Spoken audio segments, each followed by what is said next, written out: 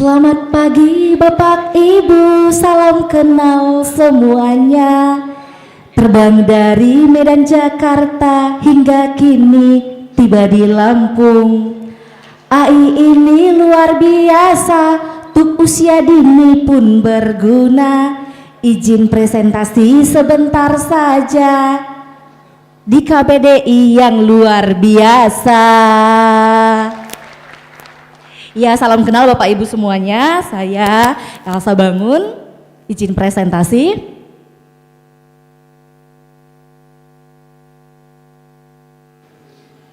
Baik, tema dari informasi hari ini yang ingin kami bawakan adalah AI untuk literasi dan numerasi meningkatkan pembelajaran anak usia dini.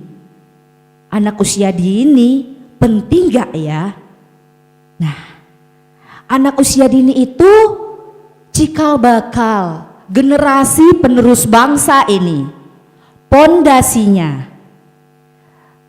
ibaratnya kalau kita bangun rumah, pondasinya berarti harus kokoh, harus berkualitas sehingga rumahnya tidak cepat rubuh, hancur. Begitu juga dengan negara ini yang juga pastinya 15-20 tahun ke depan anak-anak AUD ini akan menjadi generasi penerus bangsa. Berarti pondasinya anak usia dininya sudah harus mendapatkan pendidikan berkualitas dan kokoh sejak dini. Sama termasuk dengan Bapak Ibu hebat semua yang ada di sini. Pastinya tidak mungkin langsung hebat seperti sekarang ini kan?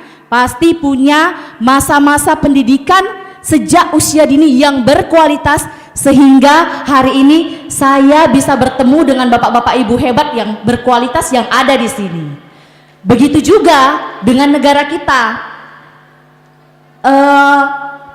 Untuk Indonesia yang berkualitas, pondasinya anak usia dini pendidikannya harus berkualitas. Setuju tidak Bapak Ibu? Setuju tidak? Kurang keras, setuju tidak? Iya. Agak meriah ya karena guru TK. Iya. Ya. Kupikir-pikir 1, 2, 3. Kupikir-pikir 1, 2, 3. Kupikir-pikir 1, 2, 3. Ternyata PAUD itu penting. Nah, apalagi dikaitkan dengan pembelajaran yang akan dibawakan guru terkait dengan penggunaan AI. Semakin gurunya kreatif, semakin gurunya inovatif, maka pendidikan juga semakin berkualitas untuk anak usia dini. Apalagi pada saat ini negara kita semarak-semaraknya untuk meningkatkan literasi dan numerasi hingga anak usia dini bisa lebih meningkat pendidikannya pada tahap selanjutnya. Nah, namun kalau untuk menuju pendidikan berkualitas yang dimulai dari anak usia dini, ada juga menjadi kendalanya atau masalahnya. Nah, kita lihat yang pertama, kurangnya sumber daya. Yang kedua, keterbatasan keterampilan guru. Karena masih banyak ya guru-guru yang belum memahami teknologi. Nah, itu menjadi kendala untuk mereka itu bisa lebih kreatif, lebih inovatif dalam memberikan pendidikan yang berkualitas. Sementara guru adalah orang yang akan mengimplementasikan pembelajaran pendidikan kepada anak-anak usia dini yang dimulai dari anak usia dini. Yang ketiga, kebutuhan individual anak. Nah, karena anak-anak ini juga punya kebutuhan yang berbeda-beda ya, tidak semua sama. Ada gaya belajar yang berbeda karena latar belakang yang berbeda. Nah, yang keempat, keterlibatan orang tua. Nah, ini juga menjadi masalah. Kenapa? Karena masih banyak orang tua yang masih nyaman dengan paradigma lama bahwa tanggung jawab pendidikan itu ada di pundak guru. Padahal orang tua adalah mitranya guru dalam memberikan pendidikan yang berkualitas. Yang kelima, teknologi. Yang keenam, metode evaluasinya.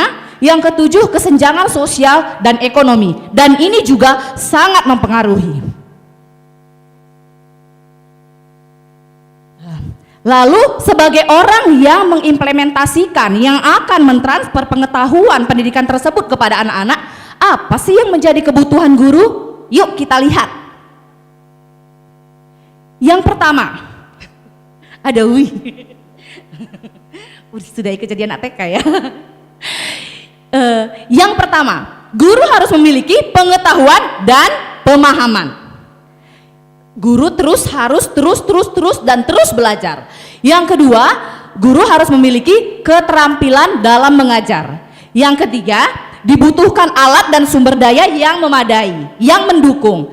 Yang keempat, lingkungan juga harus mendukung, seperti ruang kelasnya dan juga ruang stimulan terhadap anak.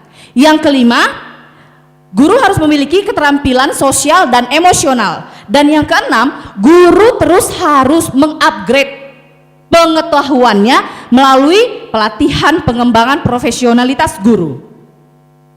Karena sepintar-pintarnya mungkin seorang manusia pada saat ini, dia akan tergerus kalau dia tidak mengupgrade pengetahuannya. Jadi anak-anak zaman now itu butuh guru-guru zaman now yang pastinya harus paham teknologi, butuh program-program zaman now dengan metode-metode zaman now pula. Oke, nah lalu untuk kebutuhan siswanya itu seperti apa? Nah, yang namanya anak usia dini itu butuh lingkungan yang mendukung, ya, karena mereka punya daya konsentrasi yang hanya beberapa menit, ya. Jadi lingkungan harus kondusif. Kebutuhan fisik dan kesehatan, karena pada saat mereka tidak nyaman, mereka kurang sehat, pastinya untuk merespon apa yang disampaikan gurunya itu pasti akan terkendala. Ya, katanya termasuklah di dalam tubuh yang sehat, mereka akan lebih bisa cepat merespon dengan baik, ya. Apalagi kalau anak-anak ini ya, kebutuhan emosional dan sosial. Apalagi kalau anak-anak usia dini ini, mereka itu akan lebih cepat menyerap pembelajaran pada saat mereka itu sedang senang. Sebenarnya bukan hanya anak usia dini, kita orang dewasa juga sama. Pada saat kita sedang happy, mood kita sedang baik, pastinya dalam merespon sesuatu lebih mudah ya, daripada mungkin pada saat kita sedang lelah, mood kita sedang tidak baik. Pasti mungkin dalam merespon itu ya kadang ya mau kurang baik atau kurang responsif seperti itu. Nah, yang keempat itu kebutuhan intelektual, yang kelima kebutuhan keterampilan, yang keenam kebutuhan pribadi, yang ketujuh, nah ini tadi terkait dengan guru, dukungan dari guru. Dukungan dari guru, bagaimana mereka itu mendapatkan instruksi yang jelas, bagaimana mendapatkan umpan balik, bagaimana mereka itu mendapatkan pendekatan sehingga mereka itu merasa diterima, dianggap. Nah, yang kedelapan, nah ini keterlibatan orang tua. Karena seperti yang tadi saya sampaikan di awal, bahwasanya orang tua adalah mitranya guru dalam memberikan pendidikan yang berkualitas. Jadi kalau guru saja tidak cukup, orang tua saja tidak cukup. Jadi memang harus sama-sama bermitra dalam menyajikan pendidikan yang berkualitas. Lalu seperti apa sih fungsi AI ini dalam pembelajaran? Nah, ada untuk guru dan untuk anak. Kalau untuk guru sendiri lebih kepada sebagai sumber daya pembelajaran yang dipersonalisasi, ya, karena itu tadi anak-anak memiliki kebutuhan belajar yang berbeda, gaya belajarnya berbeda, cara belajarnya berbeda, sehingga membutuhkan metode media yang berbeda pula.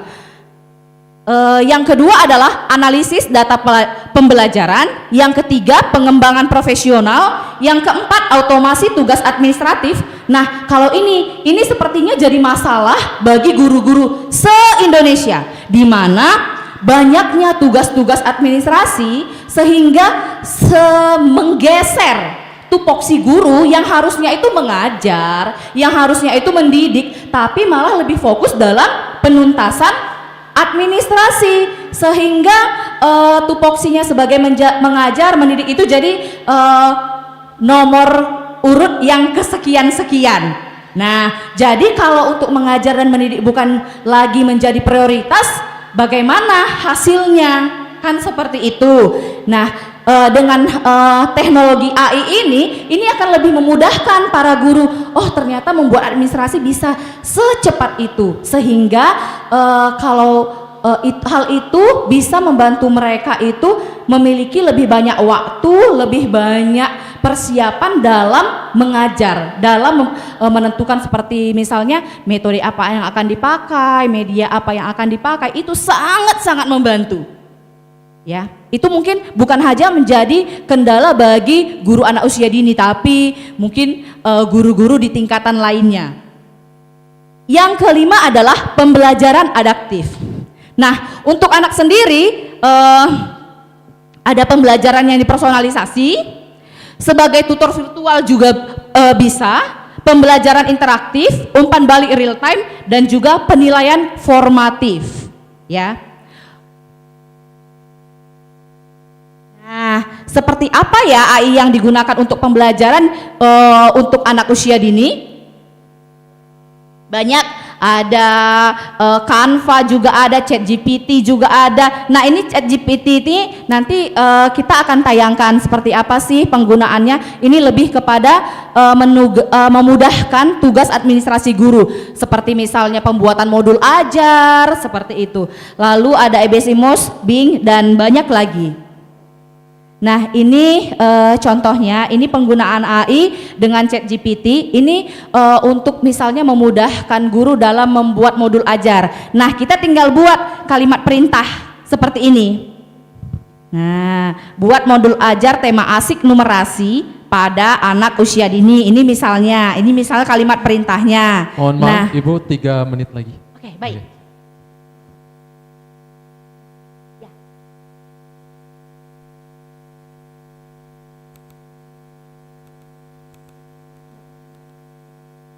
Oke, nah kalau misalnya kalimat perintah sudah dibuat, nah secepat ini langsung muncul modul ajarnya. Jadi guru-guru nggak perlu repot-repot lagi, nggak perlu susah-susah lagi, lebih efisien ya, lebih efisiensi waktu. Nah, ini kami dari Orion Prime School. Nah, abstraknya, penerapan kecerdasan buatan ini atau AI dalam stimulasi melalui teknologi bermain sambil belajar membuka peluang besar untuk menghasilkan pengalaman belajar yang lebih efektif dan disesuaikan dengan kebutuhan individual anak.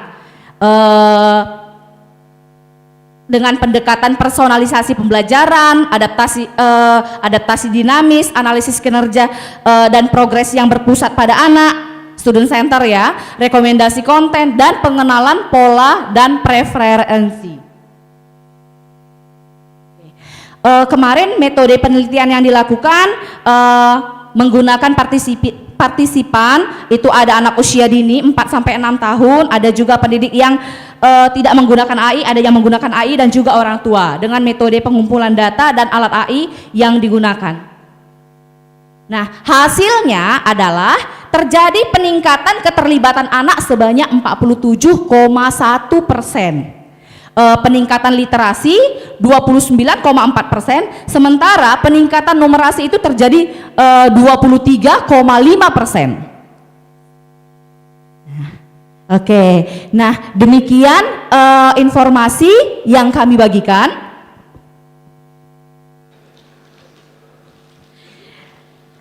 Ditutup dengan, tadi kan sudah pantun, saya nyanyi aja ya.